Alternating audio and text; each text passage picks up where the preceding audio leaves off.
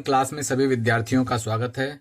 बच्चों, आज हम पाठ 15 में प्रश्न संग्रह 15.3 और 15.4 हल करेंगे। इसके पिछले वीडियो में हमने 15.1 और 15.2 प्रश्न संग्रह हल किया था। 15.3 प्रश्न संग्रह यह समलंब चतुर्भुज के क्षेत्रफल से संबंधित है और 15.4 प्रश्न संग्रह यह त्रिभुज के क्षेत्रफल से संबंधित है। तो सबसे पहले हम 15.3 प्रश्न संग्रह का सबसे पहला प्रश्न देखेंगे, जिसमें दिया गया है चतुर्भुज ABCD में लेंथ ऑफ AB बराबर 13 सेंटीमीटर, लेंथ ऑफ DC बराबर 9 सेंटीमीटर, लेंथ ऑफ AD बराबर 8 सेंटीमीटर। तो चतुर्भुज का क्षेत्रफल ABCD ज्ञात कीजिए। तो आपके पाठ्य पुस्तक में यह आकृति बनाई गई है। यहाँ पर आप स्क्रीन पर देखिए यह आकृति, और इसमें जैसे जैसे प्रश्न में उसका मान दिया गया वैसे वैसे इस आकृति पे लिख लेंगे ताकि हमें इसका क्षेत्रफल निकालने में आसानी हो। तो सबसे पहले हम लेंथ ऑफ AB यहाँ पर 13 सेंटीमीटर दिया गया है, तो हम यहाँ पर 13 सेंटीमीटर लिख लेंगे, और लेंथ ऑफ DC बराबर 9 सेंटीमीटर है, तो हम यहाँ पर 9 सेंटीमीटर लिखेंगे, और उसकी ऊंचाई AD बराबर 8 सेंटीमीटर है, तो हम यहाँ पर 8 सेंटीमीटर लिखेंगे। बच्चों, चूंकि यह समकोण त्रिभुज का यहाँ पर समकोण का 90 अंश का निशान लगाया गया है, इसीलिए हम इसे ऊंचाई कंसीडर किए हैं।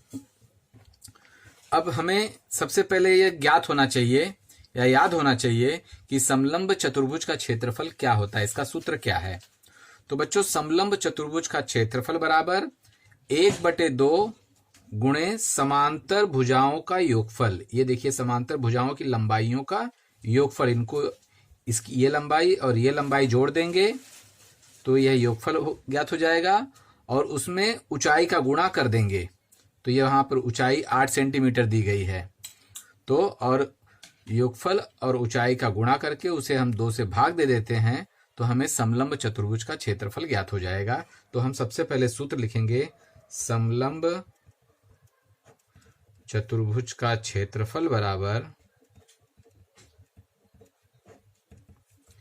1/2 गुणे समांतर भुजाओं की लंबाइयों का योगफल, और इसके बाद इसको ब्रैकेट में डाल दीजिए या यहाँ पर ऊंचाई लिख दीजिए। अब जो मान दिया गया है उसे यहाँ पर लिख लेंगे, 1/2 ज्यों का त्यों उतार लेंगे, और समांतर भुजाइयों की लंबाइयों का योगफल, तो यहाँ पर 13 सेंटीमीटर 9 सेंटीमीटर का योग कर देंगे, 13 × 9, और ऊंचाई का गुणा कर देंगे। तो यहाँ ऊंचाई 8 सेंटीमीटर दी है, तो यहाँ पर हम 8 लिखेंगे। इस प्रकार 1/2 गुणे 13 और 9 22 होता है, और गुणे 8 डिवाइड कर देंगे, 2 × 2 2 × 2, तो 11 गुणे 8 अर्थात 88। चूंकि क्षेत्रफल निकाल रहे हैं इसलिए वर्ग सेंटीमीटर में इकाई दी गई है, तो सेंटीमीटर लिखेंगे। तो बच्चों, इस प्रकार हमें पहले प्रश्न का उत्तर 88 वर्ग सेंटीमीटर ज्ञात हुआ, अर्थात चतुर्भुज ABCD का क्षेत्रफल 88 वर्ग सेंटीमीटर होगा। इसी प्रकार हम तीसरा प्रश्न देखते हैं। तीसरे प्रश्न में लिखा है कि चतुर्भुज PQRS यह समद्विबाहु समलंब चतुर्भुज है, जिसमें लेंथ ऑफ PQ बराबर 7 सेंटीमीटर, रेख PM लंब भुजा SR, रेख या लेंथ SM बराबर 3 सेंटीमीटर। तो समांतर भुजाओं के बीच की दूरी 4 सेंटीमीटर है। तो इस आधार पर चतुर्भुज PQRS का क्षेत्रफल ज्ञात करिए। और यहाँ पर आकृति बनाई गई है, बाकी यह आकृति जो इसमें जो हिस्सा नहीं दिया गया है उसे आप पूर्ण करके इस आकृति को ध्यान में रखते हुए समद्विबाहु समलंब चतुर्भुज का क्षेत्रफल ज्ञात करेंगे। बच्चों, यहाँ हमने आकृति बना ली है। अब जैसा प्रश्न में दिया गया है बाकी यहाँ पर हम लिख लेंगे।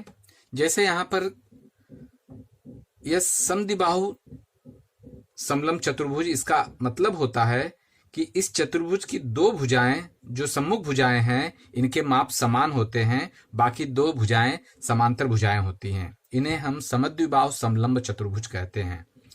तो यहाँ पर आप देखेंगे कि यहाँ पर PM 4 सेंटीमीटर दिया गया है ऊंचाई, चूंकि यह समकोण है इसीलिए इसकी हम ऊंचाई से मानेंगे और यह 4 सेंटीमीटर दिया गया है। तो उसी प्रकार हम बिंदु Q से रेखा SR पे भी एक लंब खींचेंगे जो 90 अंश का है और इसकी भी ऊंचाई 4 ही सेंटीमीटर होगी। और यहाँ पर SM प्रश्न में ही दिया गया है 3 सेंटीमीटर, लेंथ ऑफ SM बराबर 3 सेंटीमीटर। तो इस प्रकार इसे हम जो लंब रेखा खींचे हैं इसे हम बिंदु N नाम दे देंगे। तो NR बराबर भी 3 सेंटीमीटर ही होगा क्योंकि यह समद्विबाहु समलंब चतुर्भुज है। अब इस आधार पर हमें यह ज्ञात हो जाता है कि SM बराबर 3 सेंटीमीटर है तो NR बराबर भी 3 सेंटीमीटर हुआ और PQ बराबर 7 सेंटीमीटर है तो ठीक उसके सम्मुख MN बराबर भी 7 सेंटीमीटर होगा। तो इस प्रकार हम आकृति में उसके भुजाओं की लंबाइयों की गणना कर लिए हैं। इस आधार पर हम समलंब चतुर्भुज का क्षेत्रफल का सूत्र लिखकर हम इसका मान ज्ञात कर लेंगे। तो सबसे पहले हम ये लिखेंगे यहाँ पर कि समद्विबाहु समलंब चतुर्भुज में दो सम्मुख भुजाएं समान माप की होती हैं। इसलिए अब यहां पर हम लिखेंगे इसलिए हम बिंदु Q से रेख SR पर लंब रेखा QN खींचेंगे। अतः अब यहां पर देखेंगे इस प्रकार से इसका माप हो जाता है। लेंथ ऑफ SM बराबर लेंथ ऑफ NR बराबर यह 3 सेंटीमीटर है तो यह भी 3 सेंटीमीटर होगा। इसी प्रकार लेंथ ऑफ PQ बराबर लेंथ ऑफ MN बराबर 7 सेंटीमीटर। इसलिए लेंथ ऑफ SR बराबर, अब इसकी पूरी लंबाई हम जोड़ सकते हैं, लेंथ ऑफ SR बराबर length of SM plus length of MN plus length of NR। अब जो जो दिया यहां पर लिख दीजिए उसके माप। SM बराबर 3 सेंटीमीटर, MN बराबर 7 सेंटीमीटर और NR बराबर 3 सेंटीमीटर। तो कुल कितना हो गया? 3 और 7 10, 3 13 सेंटीमीटर। यह किसकी लंबाई हो गई? लेंथ ऑफ SR की लंबाई हो गई। मतलब यहां से यहां तक की लंबाई 13 सेंटीमीटर हो गई और दूसरी यहां पर उसके सम्मुख भुजा की लंबाई 7 सेंटीमीटर दिया है और हमें ऊंचाई 4 सेंटीमीटर प्राप्त है। तो इस आधार पर अब हम समलंब चतुर्भुज का क्षेत्रफल ज्ञात कर सकते हैं। तो हम यहां लिखेंगे इसलिए समलंब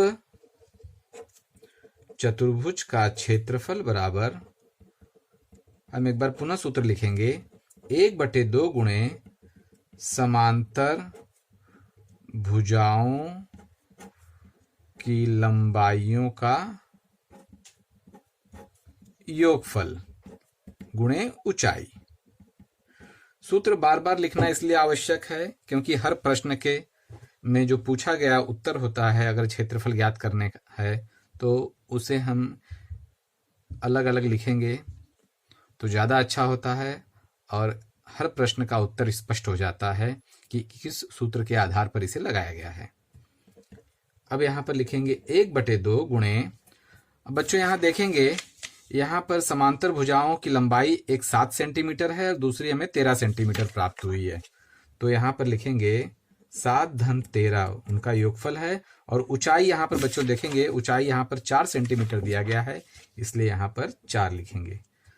अब हम हल करेंगे 13 और 7 20 गुणे 4। अब 2 से भाग दे देंगे, 2 दहा में 20, तो उत्तर हो गया 10 गुणे 4 बराबर 10 चौक 40 वर्ग इकाई सेंटीमीटर में दी गई है, इसीलिए यहाँ पर सेंटीमीटर लिखेंगे। इस प्रकार हमें समलंब चतुर्भुज का क्षेत्रफल 40 वर्ग सेंटीमीटर प्राप्त होता है। इस आधार पर बच्चों दूसरा वाला प्रश्न भी आप लोग लगा लेंगे। अब हम 15.4 का पहला प्रश्न देखेंगे। पहला प्रश्न है, किसी त्रिभुज की भुजाएं 45 सेंटीमीटर, 39 सेंटीमीटर तथा 42 सेंटीमीटर हैं, तो उस त्रिभुज का क्षेत्रफल ज्ञात कीजिए।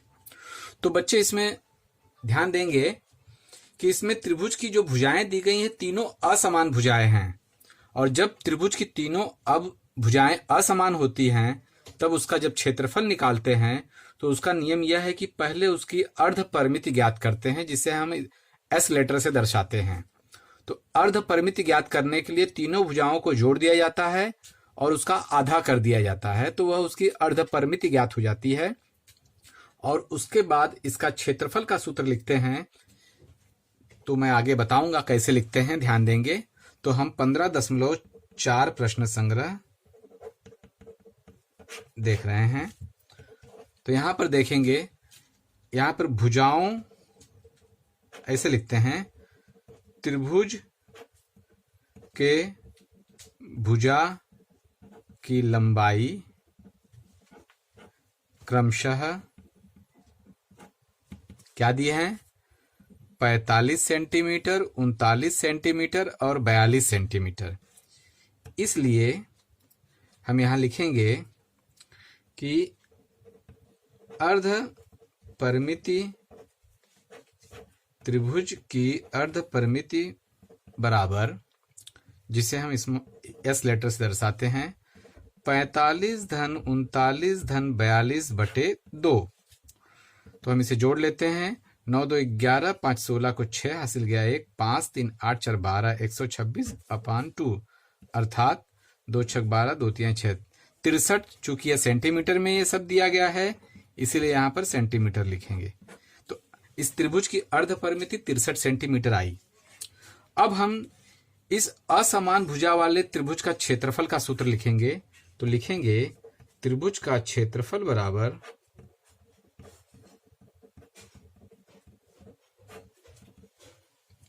करनी में अर्ध परिमिति का सूत्र एस है, तो एस माइनस ए, एक भुजा को ए से दर्शाएंगे, दूसरी भुजा को बी से दर्शाएंगे और तीसरी भुजा को सी से दर्शाते हैं। त्रिभुज की जो 3 भुजाएं होती हैं उसे ए बी सी ऐसे दर्शाते हैं।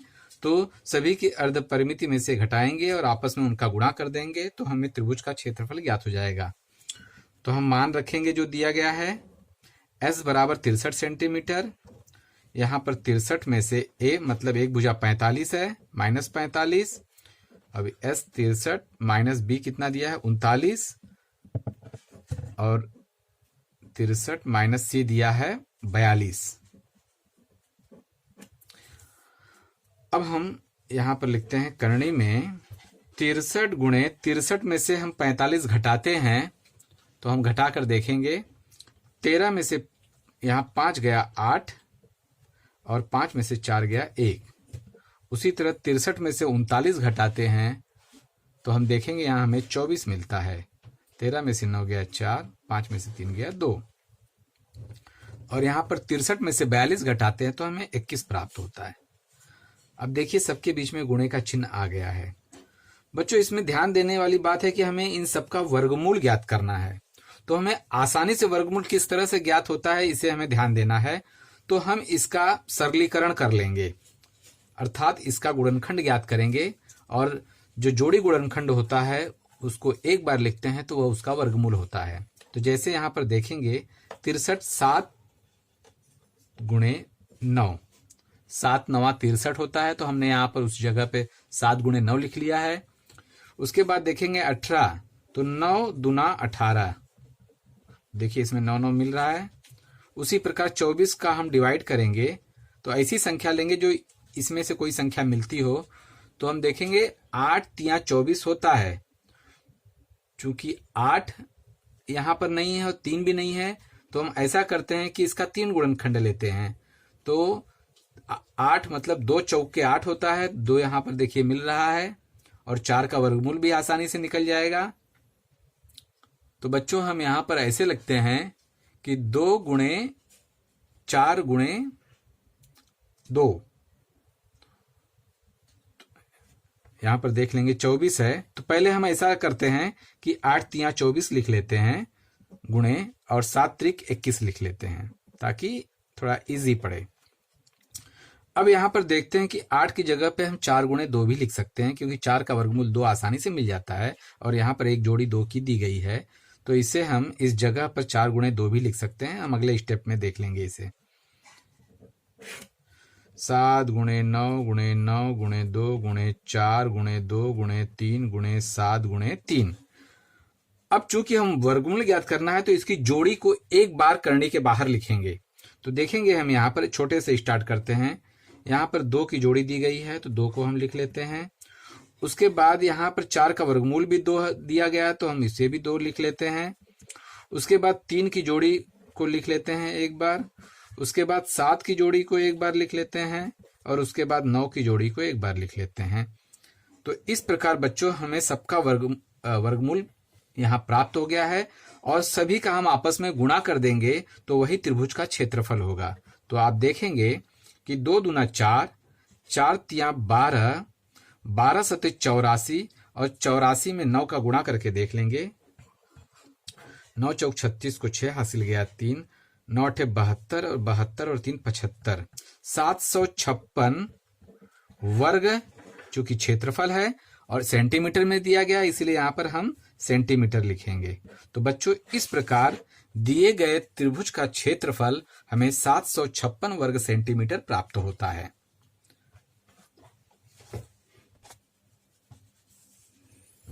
अब हम यहाँ दूसरा प्रश्न देखते हैं।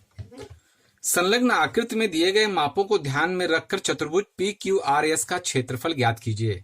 यहाँ पर संलग्न आकृति दी गई है, मैंने यहाँ पर बना ली है उस आकृति को, और इस आकृति को आप ध्यान पूर्वक देखेंगे तो इसमें इस चतुर्भुज का नाम दिया गया है PQRS, और इसके भुजाओं की लंबाई यहाँ पर दी गई है और विकर्ण की लंबाई नहीं दी गई है। तो हम यहाँ पर देखेंगे कि इसमें एक त्रिभुज समकोण त्रिभुज है, तो इस समकोण त्रिभुज के आधार पर हम इस विकर्ण की लंबाई ज्ञात कर लेंगे।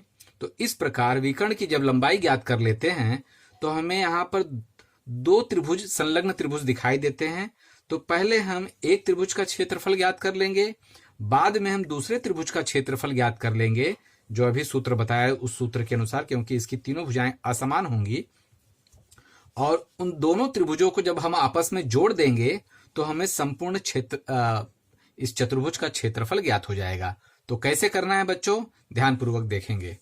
तो लिखेंगे हम यहाँ पर त्रिभुज PSR यह समकोण त्रिभुज है, यह वाला, इसलिए पाइथागोरस प्रमेयानुसार, मतलब सूत्रानुसार। अब क्या सूत्र है, कर्ण का वर्ग बराबर एक भुजा का वर्ग या पहली भुजा का वर्ग धन दूसरी भुजा का वर्ग। यह हमने पहले की कक्षा में पढ़ा हुआ है। तो यहाँ पर बच्चों देखेंगे हमें PR यह कर्ण का वर्ग है, तो हम यहाँ पर PR का वर्ग भी कर सकते हैं। और पहली भुजा, किसी एक को पहली भुजा मान लो, दूसरे को दूसरी भुजा मान लो।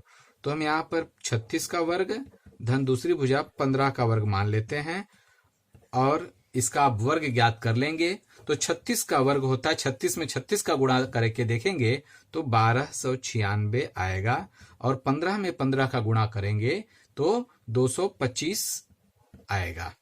और इनको आपस में हम जोड़ लेते हैं, तो जोड़ के देखेंगे तो यहाँ पर देखें 6 5 11 को 1 3, 9 3 12 को 2 हासिल गया 1 3 2 5 और 1, 1521 हमें प्राप्त होता है। और यह लेंथ ऑफ PR का वर्ग प्राप्त होता है। अब हमें लेंथ ऑफ PR ज्ञात करना है, अर्थात इसका हमें वर्गमूल ज्ञात करना है। तो बच्चों 1521 का हमें वर्गमूल ज्ञात करना है। तो वह कैसे ज्ञात करना है, इसके लिए हमने पिछली कक्षा में भाग विधि पढ़ी है। भाग विधि से वर्गमूल बड़े आसानी से ज्ञात किया जा सकता है। मैं यहाँ पर ज्ञात करके बताता हूँ। 1521 अभाज्य गुणनखंड विधि से भी ज्ञात कर सकते हैं, और भाग विधि से थोड़ा जल्दी हो जाता है, आसानी से हो जाता है। तो कैसे करेंगे हम यहाँ पर करके बताते हैं। तो पहले इकाई की ओर से जोड़ी बना लेंगे। अब यहाँ पर देखेंगे जो पहली जोड़ी है 15 की है, तो ऐसी संख्या लेंगे जिसका वर्ग 15 से ज्यादा नहीं होना चाहिए। तो वह संख्या हमें 3 त्रिक 9 प्राप्त होती है। अगर हम 4 लेते हैं तो 4 चौके 16 ज्यादा हो जाता है, तो हम 3 त्रिक 9, तो यहाँ पर 3 बार गया, यहाँ पर 3 लिखेंगे, और 3 त्रिक 9 यहाँ पर लिखेंगे, और यहाँ पर भी 3 लिखेंगे। 3 जगह पर 3 लिखना है, और इनका आपस में गुणा करके यहाँ पर 9 लिखना है, और यहाँ पर जोड़ लेंगे, यहाँ घटा देंगे। ये हमने पढ़ा है पिछली कक्षा में। तो 3 और 3 6 हो गया, और 15 में से 9 घटाते हैं तो 6 प्राप्त होता है। अब भाग नहीं जाएगा। अब 21 को यहाँ पर उतार लेंगे। अब 6 के आगे अर्थात इकाई में ऐसी संख्या लिखेंगे कि आपस में गुणा करने पर 621 से अधिक नहीं होना चाहिए। तो हम यहाँ पर देखेंगे बच्चों कि 6 में 9 का गुणा करते हैं, 6 के आगे हम इकाई में 9 लिखते हैं, और उसी 9 से उनका गुणा करते हैं। तो हम देखेंगे यहाँ क्या प्राप्त होता है। 9 9 81 को 1 हासिल गया 8, और 9 6 54, 54 में 8 जोड़ते हैं तो 62 प्राप्त होता है बच्चों। अर्थात यहाँ पर इकाई में 9 लिखेंगे और 9 से गुणा करेंगे, तो यहाँ भी 9 लिखेंगे, क्योंकि हमें जिससे हम गुणा करते हैं इकाई से वो 3 जगह लिखा जाता है। और हमें 69 में 9 का गुणा करने पे 621 प्राप्त हुआ, तो वो यहाँ लिखेंगे, इसे जोड़ देंगे, इसे घटा देंगे, घटाने पे यह हमें 0 0 प्राप्त होता है। तो इस प्रकार हमें 1521 का वर्गमूल 39 प्राप्त होता है। अर्थात यहाँ पर हम 39 लिखेंगे। तो लेंथ ऑफ पी आर बराबर हमें 39 प्राप्त हुआ। 39 यहाँ पर मीटर में दिया गया है, तो मीटर लिखेंगे। तो बच्चों यहाँ पर हमें यह 39 मीटर प्राप्त हो चुका है। अब तो यह हुआ कि लेंथ ऑफ पी आर की लंबाई हमें अभी प्राप्त हुई है। अब इस आधार पर हम पहले इस त्रिभुज का क्षेत्रफल ज्ञात करेंगे, बाद में इस त्रिभुज का क्षेत्रफल ज्ञात करेंगे। तो अब हम यहां लिखेंगे, इसलिए त्रिभुज पी एस आर का क्षेत्रफल बराबर, सूत्र हमने पढ़ा है, करणी में S minus A, S minus B, S minus C, क्योंकि तीनों भुजाएं असमान, देखिए तीनों भुजाएं असमान हैं, इसीलिए यह सूत्र का इस्तेमाल किए। सबसे पहले तो हमें एस ज्ञात करना पड़ेंगे, अर्थात इस त्रिभुज की परिमिति, अर्ध परिमिति ज्ञात करनी पड़ेगी। इसलिए अर्ध परिमिति एस बराबर, तो ये तीनों भुजाएं हमें यहां पर जोड़ लेंगे, 36 39 15, 36 39 15, और उसको 2 से भाग दे देंगे। तो हम देखते हैं यहाँ पर कितना प्राप्त होता है। 9 5 14 26 को 0, 2 1 3 3 6 3 9 90 बटे 2, अर्थात हमें 45 मीटर अर्धपरिमिति ज्ञात हुई है। अब हम सूत्र में यह अर्धपरिमिति का मान रखकर और भुजाओं का मान रखकर हम उसे हल करेंगे। अब हम पीछे इसे लिखते हैं, इसलिए त्रिभुज का क्षेत्रफल बराबर कितना आया था बच्चों, यहाँ पर 45 से किसे किसे घटाना है, 36 39 15 को, पहले तो 45, फिर 45 माइनस 36, 45 माइनस 39, फिर 45 माइनस 15, तीनों भुजाओं को लिख लिया। अब इसे हल करेंगे, तो करणी में 45 में से हम 36 घटाते हैं, तो देखेंगे हमें क्या प्राप्त होता है। यहाँ गुणे का चिन्ह लगा देंगे बच्चों, क्योंकि यहाँ पर करणी लग गया, त्रिभुज कोष्ठक है, अर्थात वहां पर गुणे का चिन्ह लगाएंगे। तो 45 में से हम 36 घटाते हैं तो हमें 9 प्राप्त होता है, गुणे 45 में से 39 घटाते हैं तो यहाँ हमें 6 प्राप्त होता है, और 45 में से हम 15 घटाते हैं तो हमें यहाँ पर 30 प्राप्त होता है। अब जैसे कि हमने पहले किया था कि ऐसी संख्या लिखेंगे कि जिसकी जोड़ी प्राप्त हो ताकि उसका वर्गमूल ज्ञात करना आसान हो जाए। तो सबसे हम पहले 45 का गुणनखंड ज्ञात करेंगे। तो 9 गुणे 5, 9 पछे 45 हो गया। अब यहाँ पर देखेंगे ऑलरेडी पहले से 9 दिया गया है और यहाँ 9 आया है, इसलिए हम 9 को यहाँ उतार लेंगे। यहाँ पर देखेंगे बच्चों 6 है,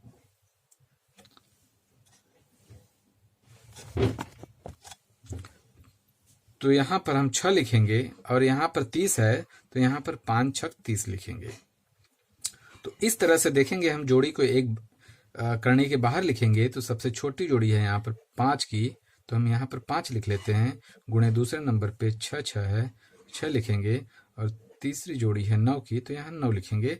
कोई शेष संख्या नहीं बची है तो इसलिए करनी हट जाती है।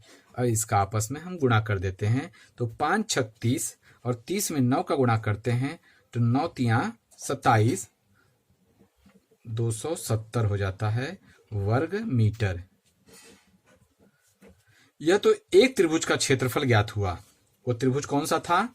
यहां पर देखेंगे वह त्रिभुज था PSR, अर्थात त्रिभुज PSR का हमें यह क्षेत्रफल ज्ञात हुआ। अब हम यहां पर त्रिभुज PQR का क्षेत्रफल ज्ञात करेंगे। तो यहां पर हम लिखेंगे त्रिभुज PQR क्षेत्रफल ज्ञात करने से पहले उसकी अर्ध परिमिति निकाल लेंगे कि अर्ध परिमिति बराबर S बराबर कौन सी तीनों भुजाएं हैं? 56, 25, 39। 56 + 25 + 39 अब बटे 2। अब हम इसे पहले जोड़ लेंगे और जोड़ने के बाद हम उसे 2 से भाग दे देंगे। तो बच्चों यहाँ पर हम जोड़ते हैं इसे 56, 25, 39 को, तो 120 प्राप्त होता है और 2 से भाग दे देते हैं तो हमें संख्या 60 मीटर की प्राप्त होती है। इस आधार पर त्रिभुज PQR का क्षेत्रफल हमें कितना प्राप्त होता है देखेंगे। थोड़ा सवाल बड़ा है लेकिन सरल है। वही चीज करनी है जो पहले किया है वही अब भी करना है। तो हम यहाँ लिखेंगे, सूत्र लिखेंगे पहले S - A, S - B, S - C। मान रख देंगे। S 60 प्राप्त हुआ है तो 60 - 56, फिर 60 - 25, फिर 60 - 39, अर्थात त्रिभुज की भुजाओं को हमने यहाँ लिख लिया। अब इसे हल करेंगे तो 60 गुणे 60 में 56 घटाएंगे तो 4 प्राप्त होता है। फिर 60 में से 25 घटाते हैं तो बच्चों हमें 35 प्राप्त होता है। फिर 60 में से 39 घटाते हैं तो हमें 21 प्राप्त होता है। देख लेंगे, 10 में से 9 गया 1, 5 में से 3 गया 2, 10 में से 5 गया 5 और 5 में से 2 गया 3 और यहाँ पर 4। अब इसे हम हल करेंगे। तो बच्चों इसमें भी वही क्रिया करनी है जो पहले किए थे कि ऐसी संख्या लिखना है जो जोड़ी में आए। तो पहले हम 60 का अभाज्य गुणनखंड निकालेंगे। तो हम देखते हैं कि 12 पचे 60, 12 गुणे 5, 4 इसे ज्यों का त्यों लिखिए और 35 को 5 सत्ते 35 और 21 को 3 सत्ते 21। अब यहाँ पर देखेंगे इसकी जोड़ी प्राप्त हो रही है, 5 5 की जोड़ी प्राप्त हो रही है, किंतु 3 4 और 12 की जोड़ी नहीं मिल रही है। तो हम 12 का भी अभाज्य गुणनखंड निकाल लेंगे ताकि सबकी मिल सकती है। 3 गुणे 4 मतलब 12 हो गया। बाकी संख्या वैसे का वैसे लिख लेंगे तो हम देखेंगे सभी की जोड़ी हमें प्राप्त हो जाती है ताकि हमारा वर्गमूल आसानी से निकल सके। तो हम सबसे पहले देखेंगे सबसे छोटी संख्या 3 है, 3 की जोड़ी को एक बार यहाँ लिख देंगे करनी के बाहर, फिर 4 की जोड़ी को एक बार लिख देंगे, फिर 5 की जोड़ी को एक बार लिख देंगे, फिर 7 की जोड़ी को एक बार लिख लेंगे। इस प्रकार इनका आपस में हम गुणा कर देते हैं तो देखते हैं क्या प्राप्त होता है। 3 चौक 12, 12 पचे 60 और 60 का 7 में गुणा करते हैं तो 6 सत्ते 42 होता है। 420 वर्ग मीटर हमें इस त्रिभुज PQR का क्षेत्रफल प्राप्त होता है। बच्चों इस आधार पर हमें दोनों त्रिभुजों के अर्थात त्रिभुज PSR का क्षेत्रफल 270 मीटर प्राप्त हुआ और त्रिभुज PQR का क्षेत्रफल 420 मीटर प्राप्त हुआ। अब हम दोनों के क्षेत्रफल को जोड़ देंगे तो हमें चतुर्भुज का क्षेत्रफल प्राप्त होता है। तो अब हम यहां पर देखेंगे, इसलिए समलंब चतुर्भुज, इस चतुर्भुज का नाम कुछ नहीं है, इसलिए केवल यहां पर लिखेंगे चतुर्भुज PQRS का क्षेत्रफल बराबर एरिया ऑफ त्रिभुज PSR प्लस एरिया ऑफ त्रिभुज दूसरा वाला PQR। एरिया मतलब क्षेत्रफल, दोनों त्रिभुजों का क्षेत्रफल का जोड़। पहले त्रिभुज का क्षेत्रफल हमें 270 वर्ग मीटर प्राप्त हुआ और दूसरे त्रिभुज का क्षेत्रफल हमें यहां पर देखेंगे 420 वर्ग मीटर प्राप्त हुआ है। इनको आपस में जोड़ देंगे तो 0, 7 और 2 9 और 4 और 2 6, 690 वर्ग मीटर हमें चतुर्भुज का क्षेत्रफल प्राप्त हुआ है बच्चों। इस प्रकार दूसरे प्रश्न का उत्तर हमें ज्ञात हो गया है। बाकी का सवाल, जो तीसरा सवाल है, इसी तरह से तीनों त्रिभुजों का क्षेत्रफल निकाल के संपूर्ण चतुर्भुज का क्षेत्रफल हम आसानी से ज्ञात कर सकते हैं। आप लोग कर लोगे। आज के लिए इतना ही। धन्यवाद।